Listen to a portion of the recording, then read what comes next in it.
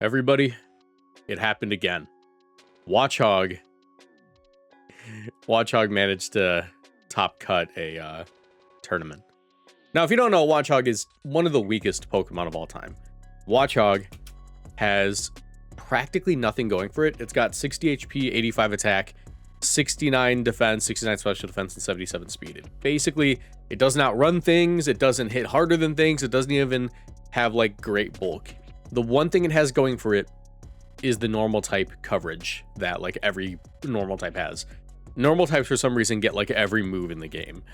And it's due to this that Watchog has access to moves like Low Kick and Ice Punch, which are ×4 super effective moves into a few notable Pokemon in the format, mostly King Gambit, Tyranitar, Dragonite, and of course Garchomp.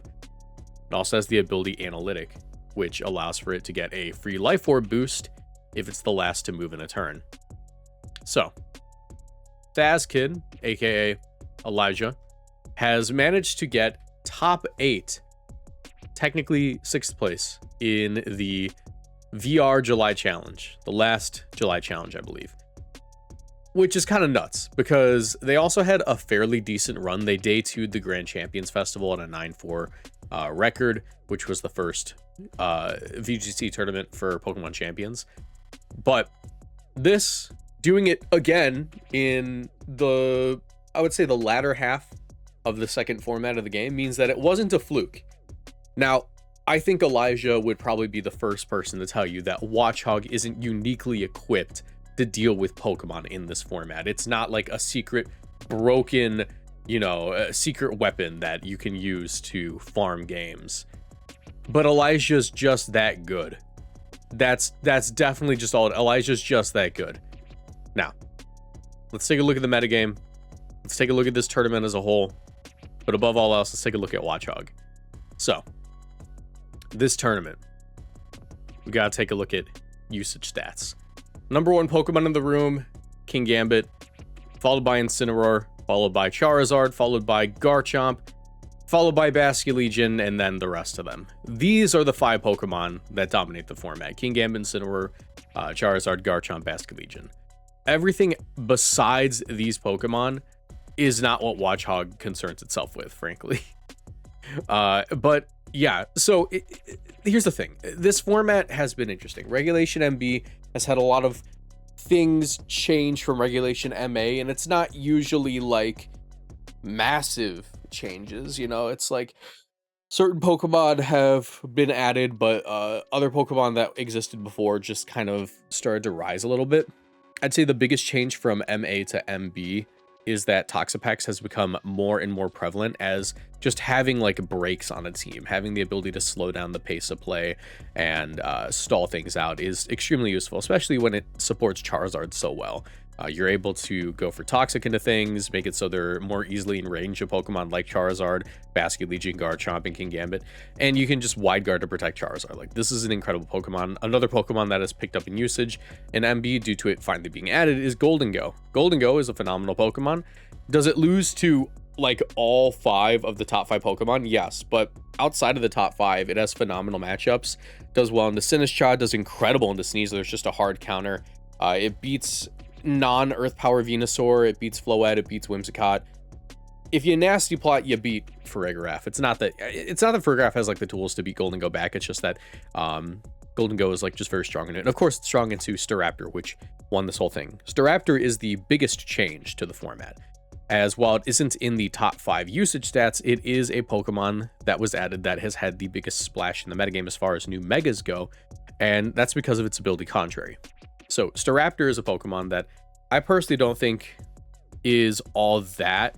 However, I didn't like how people were running it prior. I had a take about Staraptor a few months ago that I still stand by. As a matter of fact, let me go ahead and find that. Okay, I found it. I said back in June 20th, 2026, everyone is playing Staraptor wrong right now. It's a babysat gimmick mega with a bunch of bodyguards, but long term, its most successful runs will be as a secondary mega to patch matchups for Floette. Probably still both with screens and stuff, but not this side target charm stuff. I didn't quite stick the landing on which mega it'd be paired with. I said Floette. But my main point here with this take was that people are running Mega Staraptor as like a primary mega where it's behind screens, it has Sinistcha next to it to heal it, it's got side target tickle fake tears from like Whimsicott and stuff, and I think that's completely pointless if you want to like win a major tournament. And we saw what won this major tournament was in fact a Staraptor team. Now it was paired with a special attacker, and I was mostly correct. Actually, there were 2 Staraptors in finals, both with special attackers, but we can see that the winning team was this Staraptor. There was a Charm Whimsicott that won it, so I was not quite right there, but it isn't actually bodyguarded the way that Pokemon, or that the way that people were typically building it before. It was paired with a Mega Delphox on like a fairly standard Hyper Offense team. As for second place, we see Staraptor next to Mega Raichu. Once again, not like a babysat behind screens, heal it up, you know, side target with charm sort of thing, but mostly just as a strong mega that pairs well with these physical attackers, as you don't want to intimidate, you know, Arcanine. Arcanine's like a Pokemon that you would like to intimidate, right? But you don't want to intimidate Arcanine when it has a Staraptor and a Kingambit next to it to punish that. Also, Raichu is just a great like mega for Staraptor to pair with, because Staraptor doesn't like Charizard Garchomp matchups. Raichu doesn't mind them as much, but you also still have like Intimidate, you have like Sylveon stuff, and yeah. But you can see that like Staraptor is a Pokemon that made a huge impact in the metagame. As for everything else, we do see Sand in 4th place with Staraptor again. This is a not super babysat Staraptor either, you know, no screens. There is a Sinistcha, but Sinistcha is a staple on Sand anyways. We have Close Combat Brave Bird, Tailwind. It's mostly just being used as an alternate mega to Tyranitar, and it just pairs well with Golden Go and Milotic. We know that this is going to be strong. And in 3rd place, we have this team. This is a team that's never going to die until like Regulation MC. It's the Frostlass with like the Fat Basculegion, Scovillain dual mega team. Like these are the top teams in the format. And I'm actually really happy that we had these in the top 4. Because I don't think we're quite breaking the Charizard metagame. I think that Charizard is still like the top mega in the format, but it is nice to know that in large tournaments, other Pokemon can do quite well. Now, let's get to the Watchog in the room. Watchog, obviously, does not do well into Staraptor and Delphox, or Staraptor and Raichu, or Scovillain and Frostlass. It does okay into the Sand team, but I think that if we were to ask Elijah just how important Watchog was to the run, they would say it was a matchup mon. It is really cool that Watchog was able to show up to many games, but basically what Watchog, I think there's a reason that this thing got stopped in top 8, right? In top 8 there was a much lower population of Charizard Garchomp teams. This channel is partnered with Gamersubs. If you want to support my work and get great tasting drinks, you can order Gamersubs through my link in the description down below, or with code Moxie boosted at checkout for 10% off. Gamersubs is a caffeinated product that I recommend only to my 18+ viewers, but my link will send you to their caffeine-free product section just in case. Every product purchased through my link supports my channel financially, so I'd really appreciate the support. Now back to the video. But outside of top 8, on the way here, yeah, we do see a lot of the standard teams. In fact, let's look at even within like the top 12. We see Joaquin's team: Charizard, Floette, Dragonite, Kingambit, Whimsicott, Talonflame, or Sneasler. We can see like a situation where Elijah's team would show up and bring the Watchog to that sort of matchup, right? Because Watchog does well into the Dragonite and the Kingambit, and you have Tailwind Rock Slide, right? But you also have Tailwind Hypnosis, which can be useful in the matchup. There's like ways for Watchog to actually like fit in and hit its super effective targets. Effectively, what Watchog is here to do is to just not hard counter, but beat like 2 of the top Pokemon in the format. Now, here's the thing that confuses me about the set. If we look at the paste, we can see that the Watchog was Impish Nature. Now, I'm trying to figure out why Impish Nature. And it makes sense, you know, you're going slow, you want to attack second for the analytic boost. But it confuses me. It confuses me because I'm like, what are you living specifically? And I had an idea. So my idea was that it might be for Kowtow from Black Glasses Kingambit if they end up at +1, but I'm not sure how they end up at +1. Maybe it's like to guarantee the the 2-hit KO from Life Orb Garchomp, right? If we look at max speed Life Orb Garchomp, there's a big chance that they 2-hit KO. But you have an 87% chance, or you have like a 13% chance to like live the 2-hit KO, allowing you to go for like Ice Punch if you have to switch in on it. Now, here's the thing, right? Analytic. Without Analytic, you're not doing enough to KO the Garchomp. After the Life Orb, yeah, Analytic helps you out quite a bit, right? After the Garchomp takes its Life Orb damage, you can see that Analytic will bring you up to 95% on the higher end. This is why I think that Watchog wasn't like integral to winning a lot of matches. It, even in the Pokemon that it's like meant to beat, if we're assuming like a bulky impish nature, even if we assume like an adamant nature, like max attack, which we know that's not the case. Maybe it is, maybe we know it's literally impish though. But if it was like impish max attack 2 defense, Ice Punch still isn't like a guaranteed KO against Garchomp, right? Unless they're Life Orb, then it is guaranteed. But in like King Gambit, we're like in the same boat, where King Gambit low kick also isn't a guaranteed KO. It's doing 73 to 86% into Tyranitar, right? 71 to 85. Watchog doesn't actually pick up like one shots on most of these Pokemon. It does require a little bit of chip. Can it end up in a position where it is going to be able to take these KOs? Yes. But I would argue that Watchog here is more of a flex than anything. What we really need to take a look at is that Charizard, who's running Ancient Power, Heat Wave, and Focus Blast. Let me tell you something. When I said that like there's a reason that this stopped in top 8, it's definitely not because Elijah's a bad player. Elijah's an incredible player, right? But you can tell the team was trying to farm Charizard stuff. You can really tell that team was trying to farm Charizard stuff. Oh, on Victory Road. I accidentally left the page.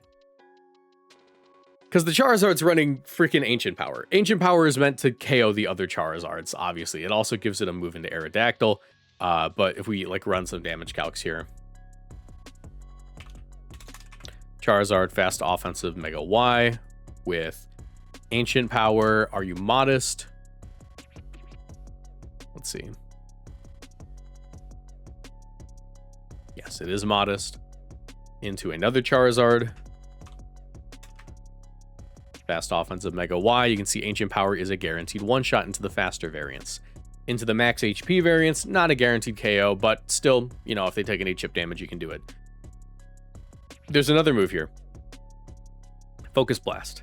That is 100% for Tyranitar, because there's no reason for Charizard to run Focus Blast if it wants to beat King Gambit. You have a fire move in Sun. You're KOing the King Gambit. That is for Incineroar and for freaking Tyranitar. You can see that Tyranitar. Let's go a bulky offensive. Focus Blast. 96 to 114. Respectable damage. King Gambit, of course, you KO that. 189 to 224. Now, Incineroar. Bulkier version, 72 to 86. Incineroar takes a little bit of chip, it goes down. This was a team meant to farm the Charizard matchup. Like the standard Zard balance stuff. That's really fun. I think it's really cute, and I think it's awesome that like Watchog made it this far. But I do want to point that out, that this team was hating. They were hating so hard with this team. I do like Silk Scarf for Rigraph. That is cool. It's a modest variant. Silk Scarf for Rigraph has some pretty solid damage output with Hyper Voice. If we assume like max special attack, right? Here, for Rig. Offensive TR Citrus, we'll give it the Silk Scarf. Hyper Voice is doing how much? Hyper Voice into like Incineroar. Yeah, that's okay damage. What about Garchomp? 41 to 49, not bad. Yeah, and especially if this is running especially if it's running any amount of speed, like, you know, Tailwind for Rigraph isn't like the most absurd thing ever. It can outrun Pokemon like Garchomp and Charizard and pick up KOs next to Aerodactyl. Like it's a flexible team, right? But it's teched so hard to one shot. The amount of 4 times super effective tech moves on this team is more than I've seen on a lot of teams. But yeah, that was cool. I think it's awesome that it made it that far. As for like other things I want to talk about the metagame, besides like the top 8, I don't think there's anything super interesting. We just see like more of the same. Charizard Toxapex, Delphox, Blastoise, these teams that have existed for a while. Staraptor, Sand. I do want to talk about like the team that actually won. Pedro. Pedro won with Staraptor, Delphox. I didn't talk about this. I just kind of quickly brushed past it to get back to the watchog conversation. But Staraptor won a tournament, right? What do we do now? I think that Staraptor is a strong Mega Pokemon. I don't think it's S tier. I don't think it's A tier. I think it's still a B tier Mega, but I think it's good right now.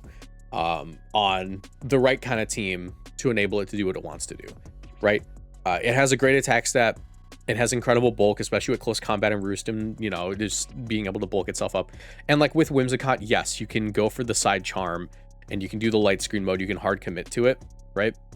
But this team is not like a hard Staraptor or nothing team. You can tell that like there's other modes here. You can tell that Whimsicott really works well with the Mega Delphox. Psychic, Heat Wave, Substitute. You have Charm to stop the incoming attacks from opposing like opposing like Life Orb, Rock Slide, Garchomps. You have the, I guess in like the Sand matchup, you can also reduce damage from like Rock Slide, Excadrill and stuff. You can't do it to Tyranitar, of course, but you also have Light Screen to help out.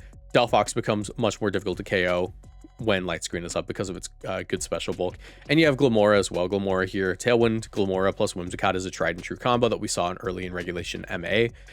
You're just able to trade Glamora early to get spikes up, and then everything is in range of your Earthquakes and your Heat Waves and stuff like that. So yeah, I think that it is kind of serendipitous that Staraptor can slot onto a team like this so well.